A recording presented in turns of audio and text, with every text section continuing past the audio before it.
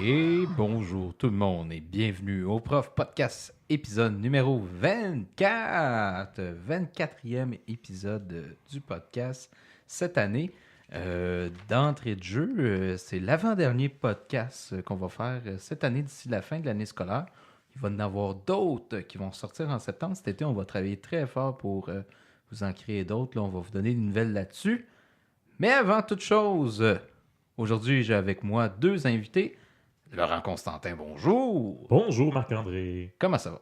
Ça va très bien, toi? Oh, popé. Yeah! Et j'ai Jean-Benoît Farrand, bonjour. Bonjour.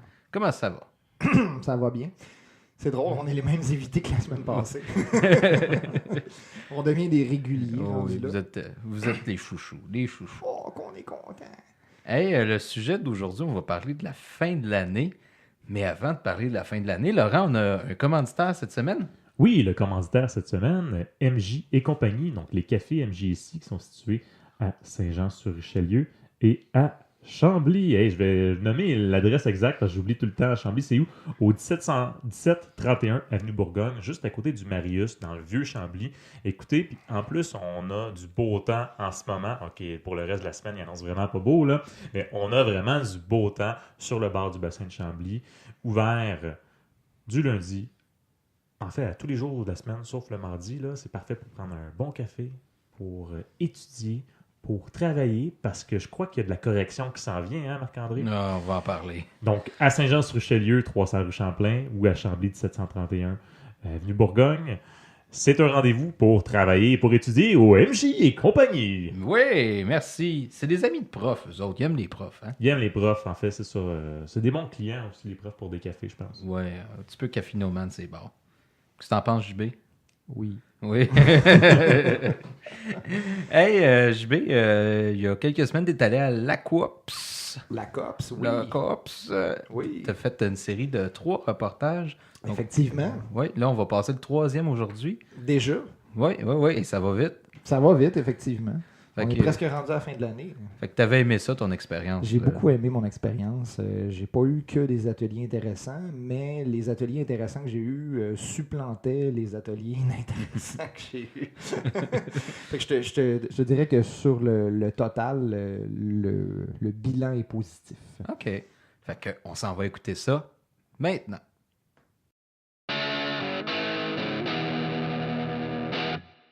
Ici Jean-Benoît Farrand en direct de l'ACOPS 2019 à Québec.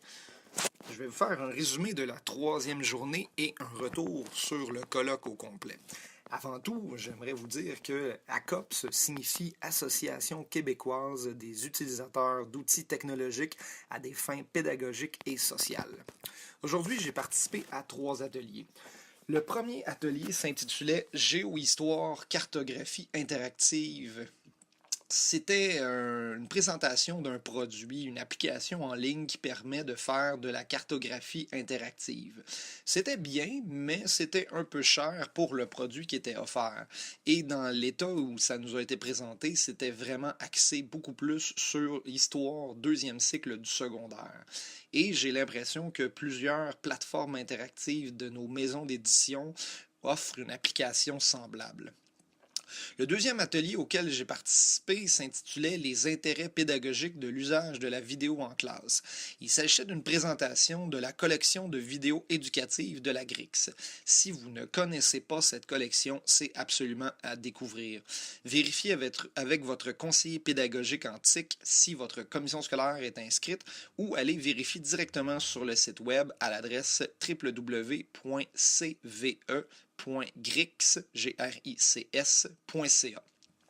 Il s'agit d'une banque de ressources vidéo très complète et très bien classée. Il est possible de faire une recherche sur leur site web afin de trouver des clips vidéo sur à peu près tous les sujets possibles touchant aux matières enseignées au primaire et au secondaire. Le troisième atelier auquel j'ai participé s'intitulait « Les jeux sérieux en univers social ».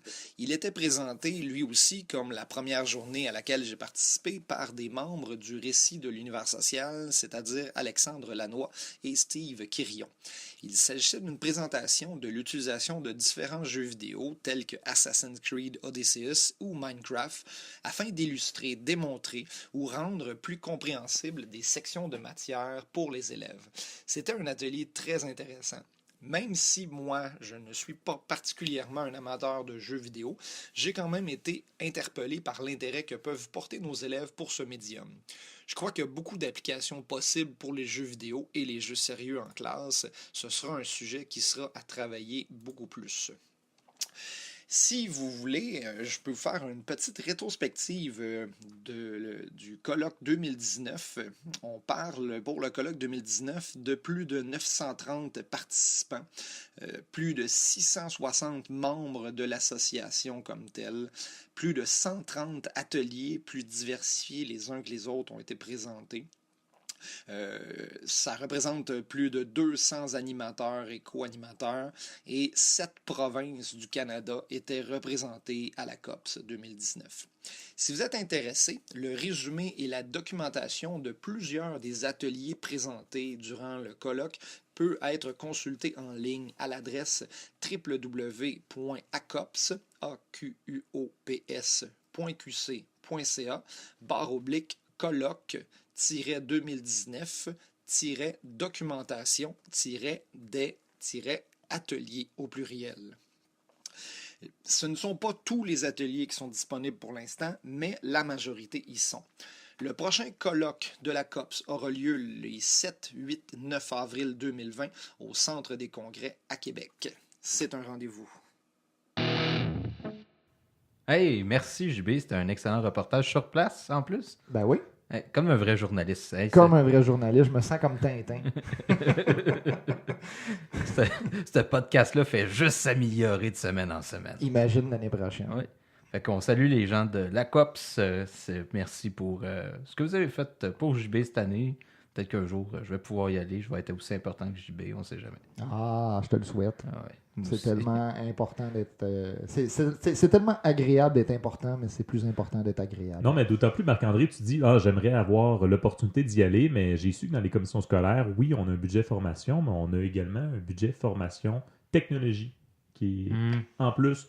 Donc, parfois, on trouve que les personnes qui vont dans des congrès sont privilégiées, mais parfois, il suffit de demander. On n'a pas tout le temps accès à ces sommes qui sont disponibles là, mais en fait, il suffit de tendre la perche, de demander soit à notre chef de département ou à nos directions. Puis souvent, des formations comme ça numériques, là, que ce soit à la COPS ou au CRIFPE pour le sommet du numérique, auquel j'ai participé une journée. Je pourrais en parler dans un prochain podcast. Là. C'est plus accessible qu'on pense. Voilà. Je vais noter ça. L'an prochain, je vais m'affirmer. Yeah. Je vais m'affirmer. Hey, on est rendu en mai.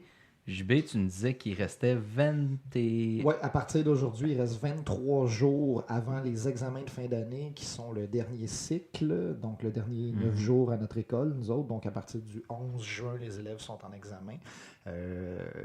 Oui, 23 journées de cours, c'est très court. Oui, hein, oui, surtout avec tout ce qu'on a à voir. On dirait que tu calcules ça comme une peine de prison. Non. Je vais avoir ma libération conditionnelle bientôt. Donc aujourd'hui, on parle de la fin de l'année. Ah oui, fin d'année. Ah, tu comprends vite, mon Laurent. Mais tu sais, ça dépend vraiment des élèves avec qui tu œuvres. Tu sais, plus tes élèves te nourrissent dans tes journées, plus tu as de fun à leur enseigner, plus tu vois la fin de l'année arriver comme un genre de « Oh, je vais m'ennuyer d'eux autres, ils sont le fun, j'ai eu une belle année, ils m'ont nourri, puis j'ai aimé ça leur enseigner. » Mais quand tu as une année difficile avec des élèves qui sont difficiles, qui te donnent pas en retour de ce que toi tu leur donnes, qui t'en demandent plus que ce que tu as le goût de donner des fois, l'année vient des fois comme une libération, la fin d'année. Là. Sinon, je peux parler de la métaphore que nous racontait mon prof de 6e année. Oui, je me rappelle de ça quand j'avais 11-12 ans. Là. C'est récent. Il nous disait, une année scolaire, là, c'est comme traverser du fleuve Saint-Laurent ou du lac Saint-Jean. C'est comme vous voulez. Tu pars l'année, tu es confiant, plein d'énergie, là, puis à travers toute l'année, la traversée, il y a des difficultés. Puis à un moment donné, tu arrives à la moitié de l'année, il en reste autant en avant qu'il en reste en arrière. Fait que t'es mieux de continuer à nager. Puis là, la dernière moitié de l'année, la traversée est de plus en plus difficile. Mais qu'est-ce qui arrive si tu arrêtes de nager?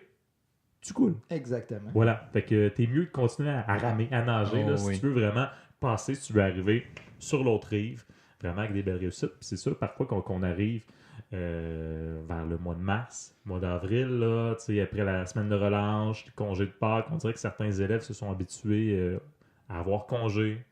Là, il n'y a plus de journée pédagogique non plus du tout. Ça a donné de même là. cette année.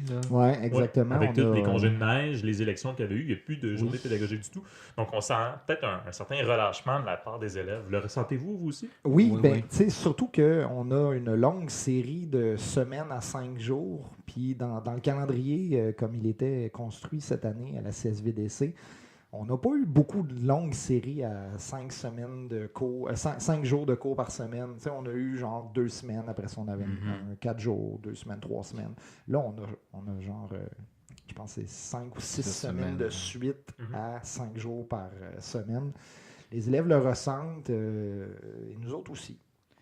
C'est qui ton prof de 6e année, Laurent? Parce que j'ai dit exactement la même affaire à mes élèves il y a 2 semaines. Je me questionne vraiment. Écoute, mon enseignant a pris sa retraite quelques années après que j'ai enseigné, mais il enseignait à des générations de Bouchervillois. Là.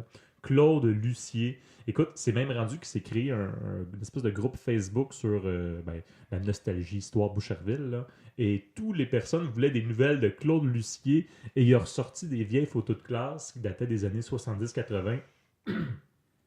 Et vraiment, la foule de ce groupe Facebook-là était en liesse d'avoir des nouvelles de ce prof-là qui doit être rendu dans les 70, puis qui est sur Facebook, qui est encore plein d'énergie. Actif. Ouais, Ah. voilà. Ouais, Mais c'est le genre de... on le salue. Oui, on salue Claude Lucier, mais c'est le genre de prof hyper actif qui a commencé sa carrière genre, à 23 ans, 22-23 ans parce qu'il était doué, puis qui a pris quand même sa retraite tôt, là, mais c'était genre avec ce genre de prof-là que tu faisais comme, OK, ben cette année, on va faire des exposés oraux devant toute l'école, ça va s'appeler les civilisations, on va faire un voyage d'échange à Toronto pendant une semaine de temps, on va également avoir des poussins dans notre classe, bref, c'était pas un projet. Lui, fin d'année, ça ne stressait pas. Là. Ben relax. Parce que, veux pas, les fins d'année, ça amène une quantité d'ouvrages incroyable. Là, je veux dire, même si tu te rajoutes des projets de même, c'est fou. Moi, en tout cas, je parle de mon bord, mais en éthique, là, j'ai 11 groupes.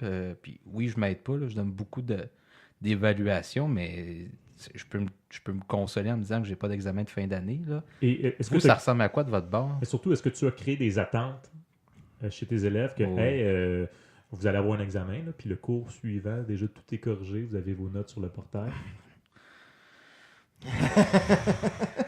Il n'ose pas dire non. Je corrige le plus vite que je peux. C'est sûr qu'il y en a des groupes qui l'ont tout de suite, d'autres qui l'ont pas tout de suite. Puis ça dépasse si sont fins ou pas. Non, mais tu sais, c'est...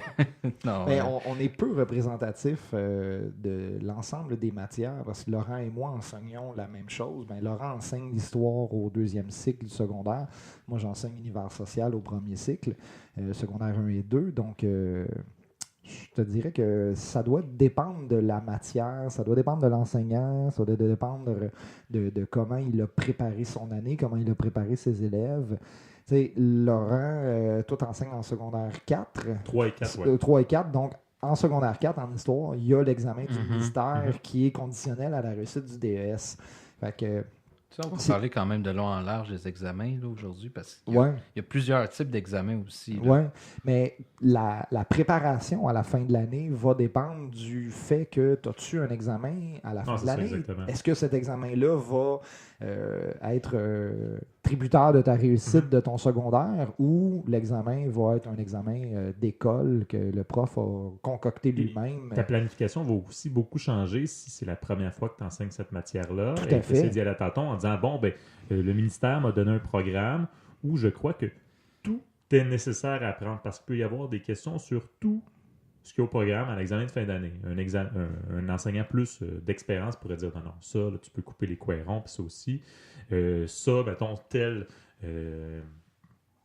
notion historique, c'est sûr à 100% qu'il y a une question là-dessus. En même temps, c'est en secondaire 3 et 4, c'est un programme qui est encore relativement nouveau. On en parlera, c'est pas encore un examen du ministère officiel cette année, là. Donc, on est encore un peu à tâtons, là.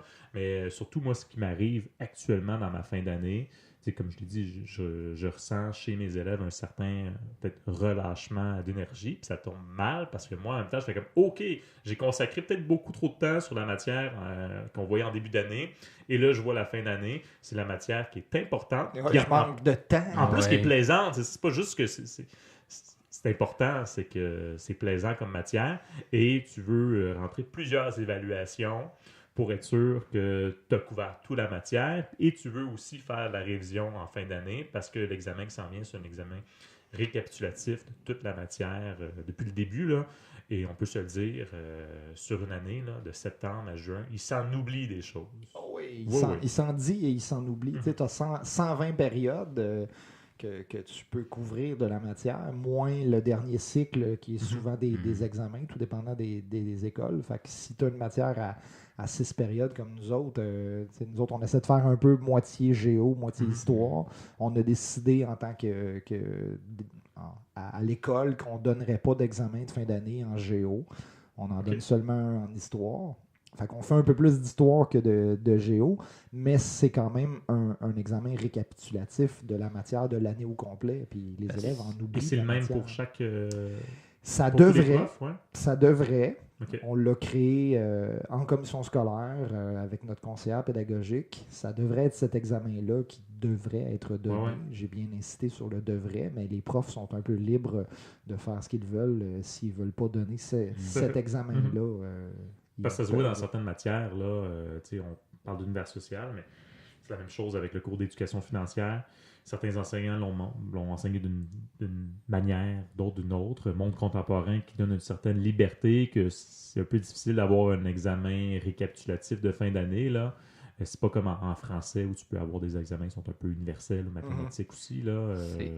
C'est d'où toute l'importance de la planification des dernières semaines. Je veux dire, personnellement, moi, la fin de l'année commence à mi-avril, là, dans ma tête. Là. Peut-être c'est tôt, là, mais... Parce que toi, tu vois pas tes élèves souvent, donc déjà, Oui, c'est à fin ça. avril, tu commences à calculer, bon, il me reste un tel nombre de périodes avec mes élèves, donc j'aborde un dernier module, puis peut-être des évaluations. Puis tu veux pas non plus, j'imagine dans ton cas, de dire, OK, ben la dernière journée d'école, là, le 10 juin, là, mes élèves font tout un examen. Ouais, mais des fois, ça donne de même projet aussi, plus là. examen, donc t'évalues. Mais Écoute, tu veux surtout dernier pas qu'il jour. te manque d'élèves à la Ouais, fin c'est d'année. ça. Tu te rends compte qu'il t'en manque la moitié le jour Ouais, que tu donnes c'est ton ça. dernier examen. Mais ils ont pas, tu sais, tu mets ça clair. Vous n'avez pas le choix, sinon je vous fais revenir en juin. Il faut mettre ça clair, mais c'est tellement une planification, puis une gestion, puis un calcul que tu espères que ça va arriver à chaque année. Là. Je sais pas si vous, ça vous fait ça, mais je vais-tu arriver à avoir toutes mes notes à rentrer, que je cours pas après tel élève. Puis à tous tout à les fait. ans, c'est... Bon, en tout cas, personnellement, moi, c'est une course à tous les ans, puis c'était... Je dirais pas un stress, là, parce que ça ne l'est plus, mais disons une pensée qui me reste en tête quand même, puis je me dis, OK, faut pas que j'oublie ça, faut pas que j'oublie ça, faut pas... Ben, c'est sûr que Lui, je sais qu'il faut que je cours après d'avance, faut que je mette ça clair. Puis tu finis par reconnaître tes élèves, mais en fin de l'année, on dirait c'est un ou l'autre. C'est soit que tu as des élèves qui sont super à leur affaire, qui sont là, puis ils font leur devoir, puis ils sont t'attends, puis tu as les autres, là, qui sont perdus dans la brousse, je sais pas où, là, puis t'es vois comme sur 5 cours à la fin de l'année, t'es vois 2 fois, là, puis hey, tu me dois ça, puis là, tu cours après eux à la fin de l'année, c'était épouvantable, là. Aujourd'hui, j'ai sorti la liste de ce qui me manquait comme travaux pour mes élèves de secondaire 2.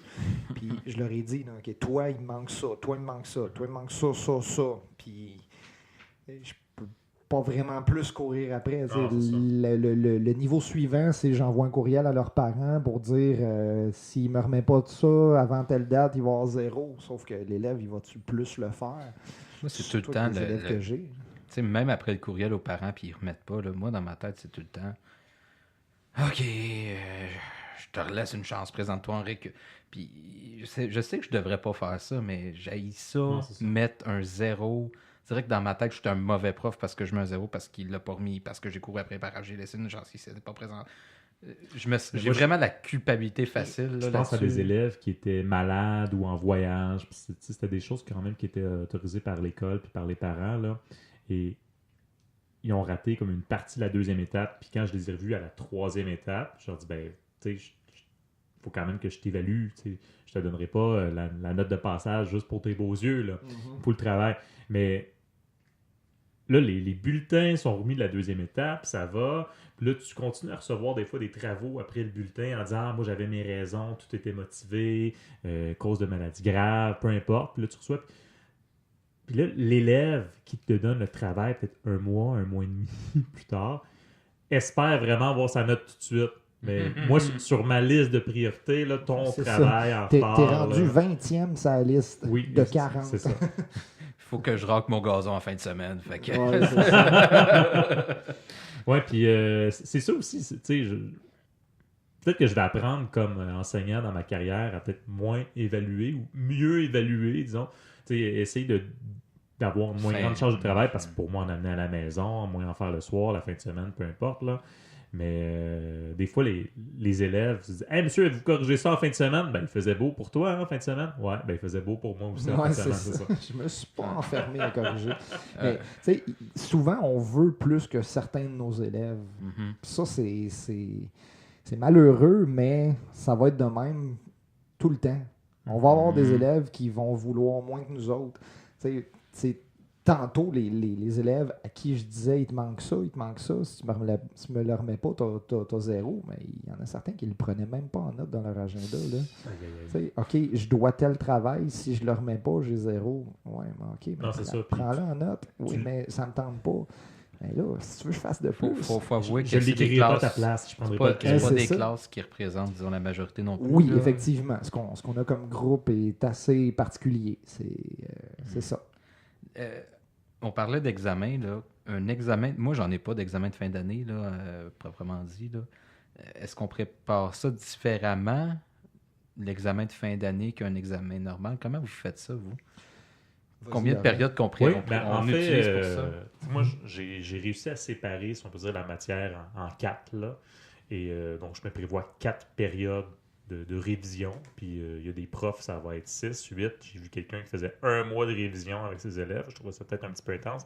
Puis d'autres qui se disent « Oh, plus que 2, là, c'est du niaisage. » En même temps, fait que, bon, c'est selon l'enseignant, là, c'est selon ce qu'il veut vraiment revoir comme matière. Fait que c'est durant cette révision-là de revenir sur la matière vue au début de l'année, parce que des fois, c'est pas juste de revoir la matière, mais c'est de réexpliquer des concepts qui peuvent être complexes. T'sais, en mathématiques, ça peut être de revoir justement certains... Parce que des fois, tu passes en mathématiques, ça peut être de l'algèbre jusqu'à la géométrie, jusqu'à des statistiques. Ça peut être plein de choses. Nous, ça peut être...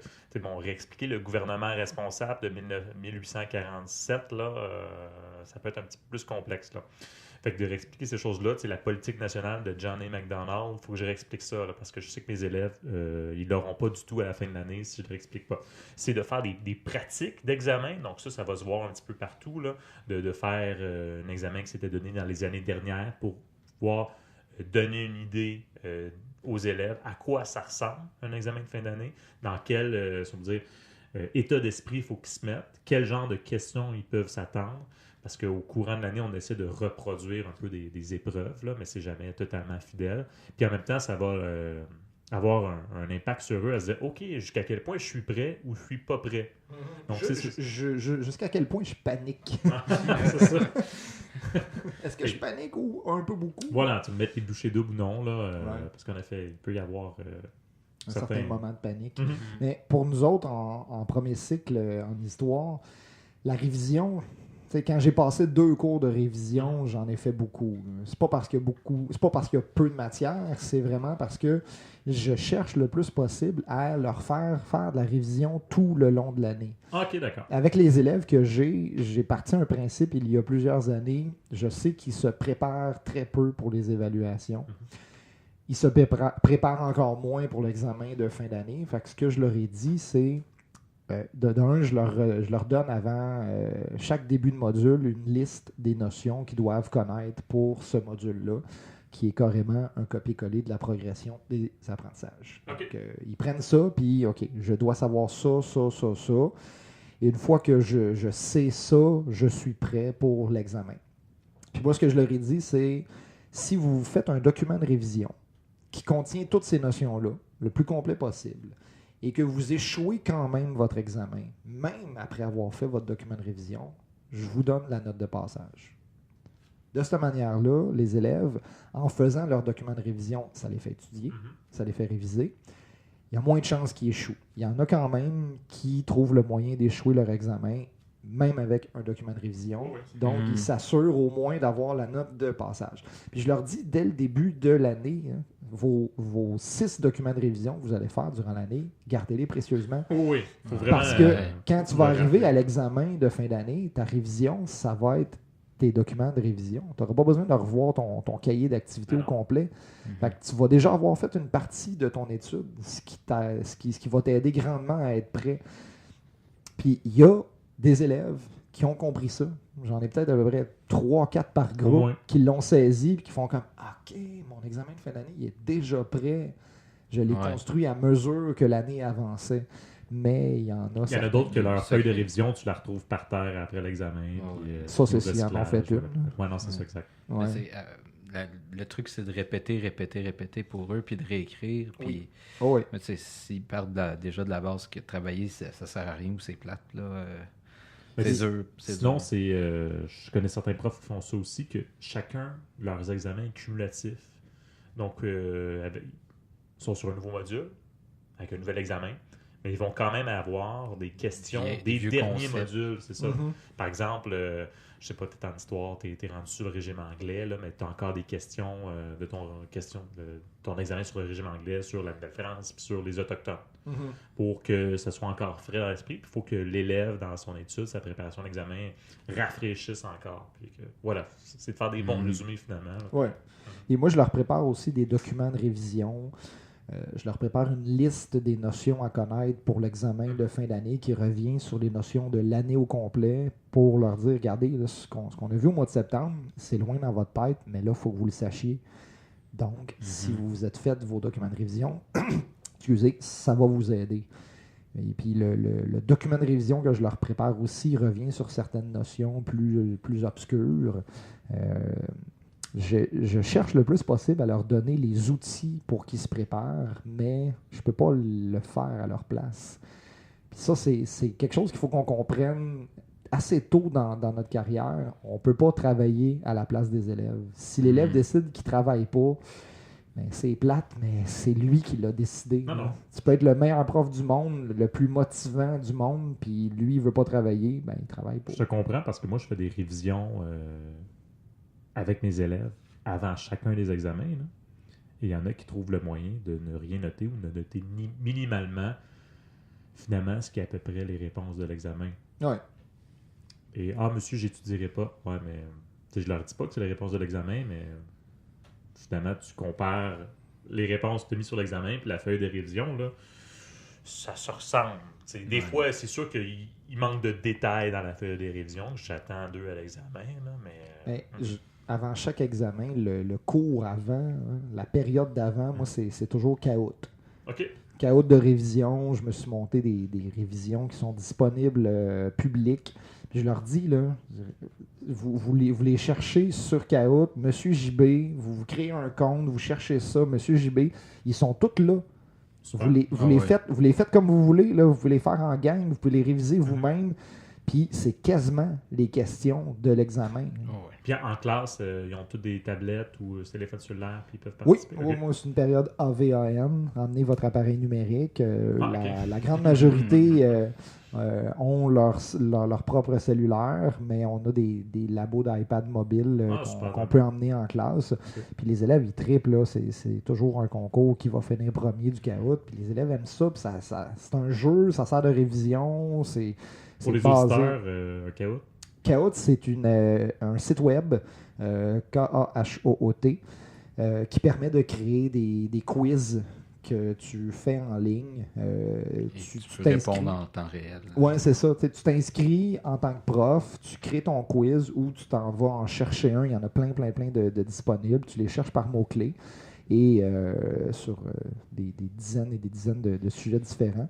Et une fois que tu l'as créé, tu le rends disponible et quand tu te connectes sur ton compte en classe, ça crée un genre de code chiffré. Les élèves ouvrent leur application ou se connectent sur le site web de Kahoot, rentrent ce numéro-là, se donnent un username, et après ça, ils vont faire le quiz, tout le monde en même temps. La fin de l'année, ça bouscule les choses un peu, autant pour le prof que pour les élèves. Trouvez-vous que la gestion de classe est plus difficile vers la fin de l'année? Personnellement, moi, j'ai déjà resserré la vis dans les 2 dernières semaines. Là, la vis a resserré. Là, je reste le même, mais on dirait que je reviens à une discipline qui ressemble à celle du début de l'année, peut-être. Ouais, c'est vrai, peut-être. Ouais, vas-y. Mais je pense que ça va dépendre de ton cycle d'enseignement. Tu sais, si tu enseignes au premier cycle, comme nous autres, Marc-André, les élèves, ils sentent que la fin arrive, qu'on est fatigué, qu'on a peut-être moins d'énergie, fait qu'ils s'en permettent un peu plus. Au deuxième cycle du secondaire, j'imagine que c'est différent. Enfin, j'ose espérer que c'est différent. Laurent, corrige-moi. On a une fatigue qui s'accumule aussi, nous autres, les profs, au deuxième cycle. OK, mais les élèves, est-ce qu'ils sentent que la fin arrive et ils ont le goût de réussir leur secondaire? Oui, mais je te dirais, au deuxième cycle, ce qu'on a beaucoup et de plus en plus comme problématique, c'est des élèves qui travaillent à toutes les fins de semaine. Puis là, j'ai déjà commencé ma job d'été. Là. On est au mois de mars, là, maintenant ta job d'été. Ben, c'est ça. Mais c'est ce que j'ai vraiment analysé cette année, c'est peut-être le tout début de l'année. Bon, ça va bien parce que, bon, on apprend encore à se connaître. Tout doucement, les élèves commencent à te tester. Tu résistes, ça va bien, tu crées une belle relation avec tes élèves, puis là, ben, vers rendu le mois de février-mars, il peut y avoir un vrai relâchement. Et là, justement, il faut que tu serres la vis, comme Marc-André le dit. Avec certains, en ce moment, je dois l'avouer, c'est vraiment désagréable. Il y en a qui, bon, je suis un peu le boss des études, je vais réussir si je veux réussir de toute façon, là. Fait que moi, je ne prendrai pas en note si je ne veux pas prendre en note. Moi, l'examen, je le reprendrai plus tard, mettons, en reprise d'examen. Parce que j'ai décidé que j'allais être absent le jour de l'examen. Fait qu'un peu vouloir être maître de sa destinée, ça ne fonctionne pas tout le temps. Puis je crois qu'il y en a aussi, ce qui est rendu au mois d'avril-mai, il lâche prise. Ben, en fait, ouais, il y a 2 réactions. Il y en a qui lâchent prise en disant « je sais que je ne l'aurai pas ». Et il y en a d'autres qui, là, au mois d'avril, ils ont commencé à me dire « monsieur, qu'est-ce que j'ai comme note jusqu'à maintenant, puis combien il faut que j'aille à l'examen de fin d'année ou dans les derniers examens pour passer. » C'est sûr que ma réponse, un peu plate, de prof plate, c'est de dire, ben, il faut que tu commences par avoir plus que 60. Fait que tu viens en récupération, je vais t'apprendre comment avoir plus que 60%, tu sais. Fait que parfois, cette problématique-là, bon, soit lâcher prise, soit veut se reprendre en main. T'espères que cette personne-là veut se reprendre en main et qu'il n'est pas trop tard. J'essaie de rassurer en disant bon, la 3e étape vaut pour 60% de l'année. L'examen final vaut pour 50% de la 3e étape. Donc, en un seul examen, c'est 30% de toute ton année scolaire. Là. Donc, c'est sûr qu'il ne faut pas juste que tu aies 60. Il faut que tu aies plus que 60. Le problème, c'est que plus que 60, tu n'as jamais eu ça de toute ton année scolaire. Oui, je suis d'accord avec toi. JB, toi, tu vois ça comment, la gestion de classe à la fin de l'année? La gestion de classe, je pense que c'est vraiment de reprendre les priorités comportementales des élèves, de recadrer sur « OK, ça, je l'accepte, ça, je l'accepte pas. » Et si je l'accepte pas, c'est pas parce qu'on est rendu à la fin de l'année que tu as le droit de faire ça. Puis, pour certains élèves, je pense que c'est plus difficile de saisir cette notion-là. Je pense qu'il faut vraiment recadrer puis revenir sur des priorités. Là. Je pense que c'est ça. C'est dur de ne pas se brûler à la fin de l'année, je oui, trouve. Oui. C'est pas un équilibre facile. Personnellement, tu sais, ta vie continue aussi en dehors de l'école, puis tu veux continuer tes activités, mais des fois, des activités, ben là, j'ai pas le temps ou j'ai pas l'énergie parce que je corrige ou ça a été une grosse journée, les élèves, ça leur tentait pas, etc.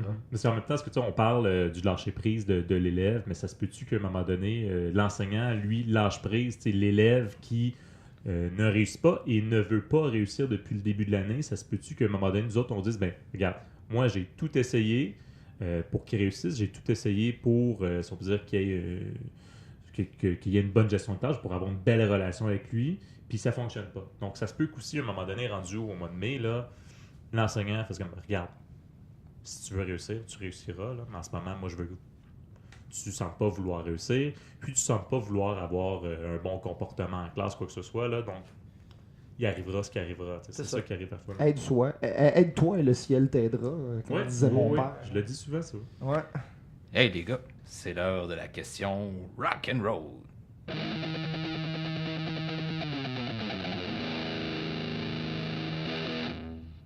Avec la fin d'année vient le beau temps. Est-ce que la gestion des vêtements est un problème dans vos milieux? C'est sûr que oui. Oui, les nombris apparaissent. C'est à la mode, ça a l'air maintenant. Porter le nombril. Hey, comme Porter le Gabriel nombril. des Trois Maisons en 2002. Ouais, non, mais c'est fou, hein. Tu sais, nous autres, on est dans une école qui... Vous avez un uniforme? On a un demi-uniforme, uniforme, mais tu sais, on a une école qui est zéro climatisée, là. Donc, il fait excessivement chaud en septembre, puis en mai-juin, là. Déjà, hier, on a eu une bonne journée de chaleur, puis ça sera pas beau en juin, là. Puis- Il faut rappeler aux élèves, regardez, là, vous êtes dans une école où il va faire chaud. Fait que préparez-le. Hmm.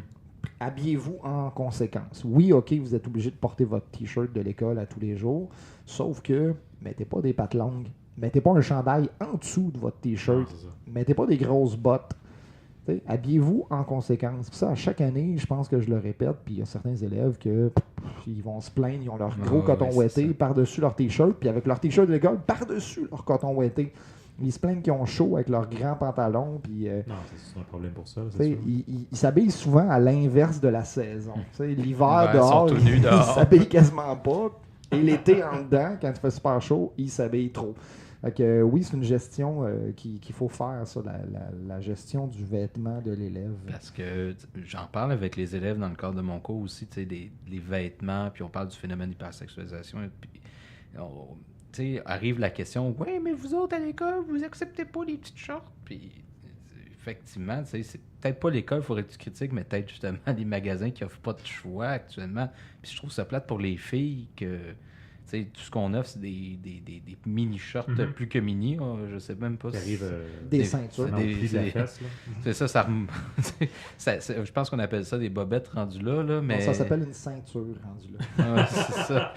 Fait que, tu sais, faut leur... tu sais, je leur donne des trucs, regarde, va dans une friperie, va te trouver des vieilles paires de jeans, coupe-les, puis ta mère te fera des barres dessus, là, tu sais, il y a des façons de s'arranger, mais...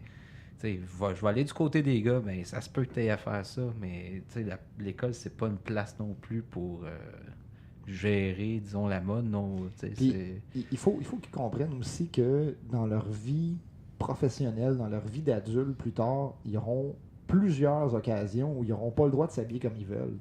Fait que c'est juste de se préparer pour cette réalité-là. Là. Quand ils vont travailler dans leur job d'été ou dans leur job de l'année scolaire, ben, tu t'habilles pas comme tu veux. Tu t'habilles comme ton employeur veut que tu t'habilles. Puis tu t'habilles pas comme ça. L'employeur a le droit de te mettre à la porte. Mhm. Fait que c'est juste de faire face à cette réalité-là Voilà. que être adulte, c'est pas faire qu'est-ce que tu veux. Là. C'est On n'est faire pas, des fois. on qu'est-ce n'est que pas tu peux. beach day every day, c'est ça. Ben oui, c'est ça. C'était bonne celle-là.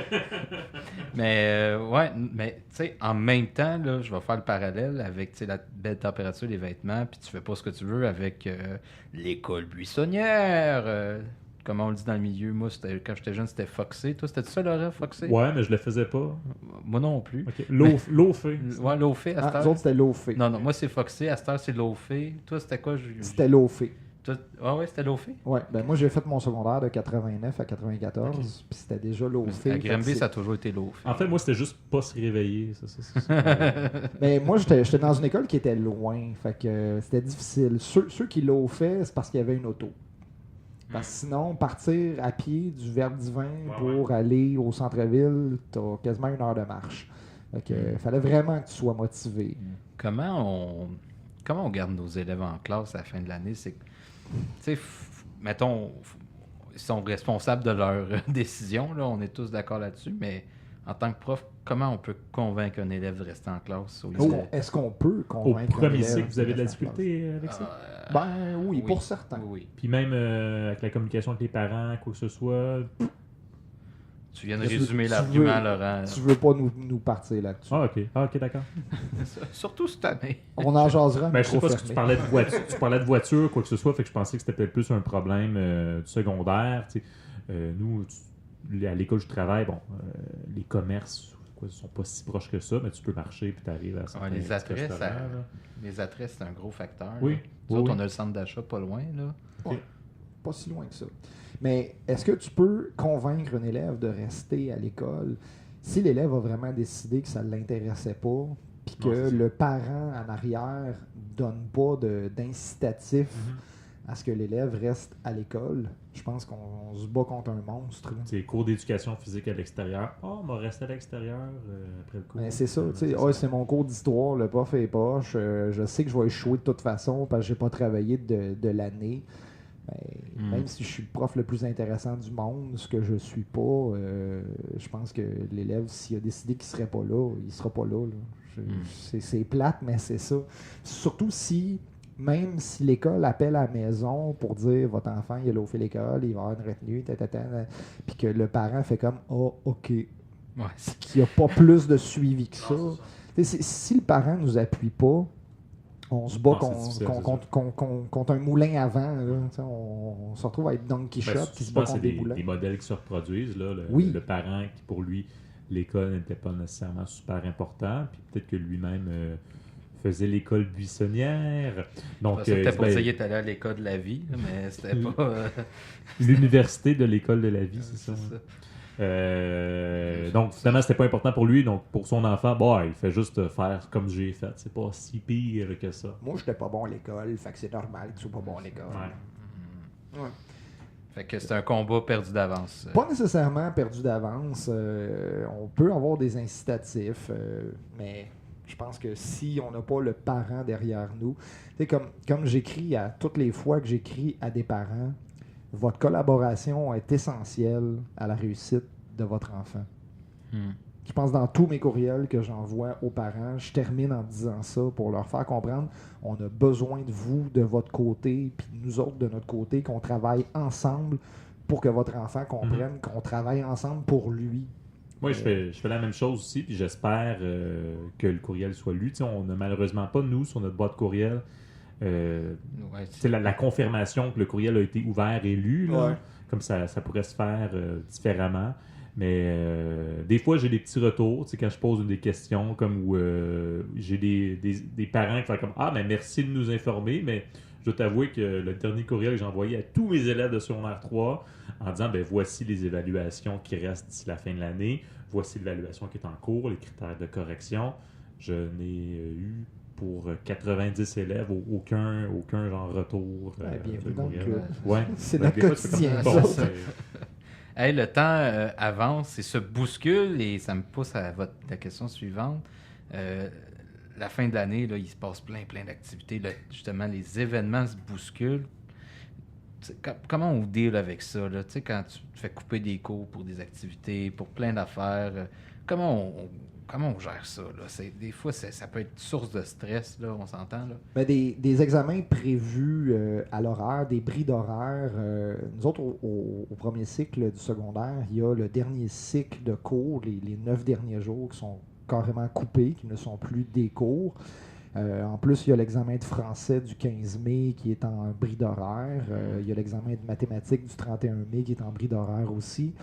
Donc, comment qu'on s'arrange avec ça? On s'arrange comme on peut. On essaie de compresser, de couper dans le gras, de se rendre compte que cette partie-là, c'est super intéressant pour moi, j'aime ça l'enseigner, mais les élèves l'ont peut-être pas besoin pour leur examen de fin d'année. Fait que on va le couper, c'est triste, mais j'aurais aimé ça. Fait que je sais pas si au deuxième cycle, Laurent, tu le vis différemment ou semblable. Ben, assez semblable, mais c'est pas juste les examens justement à horaire coupé. Là. Justement, nous, c'est production écrite sur la 3, 4, 5 qui est arrivé la semaine passée, arrive encore au mois de juin. Production écrite cette fois-ci en anglais. Il y a aussi à un moment donné, fin mai, l'examen juste de secondaire 4. Mathématiques de sciences nat, là, sciences naturelles. Ouais. Mais ça tombe que 2 de mes groupes tombent à ce moment-là.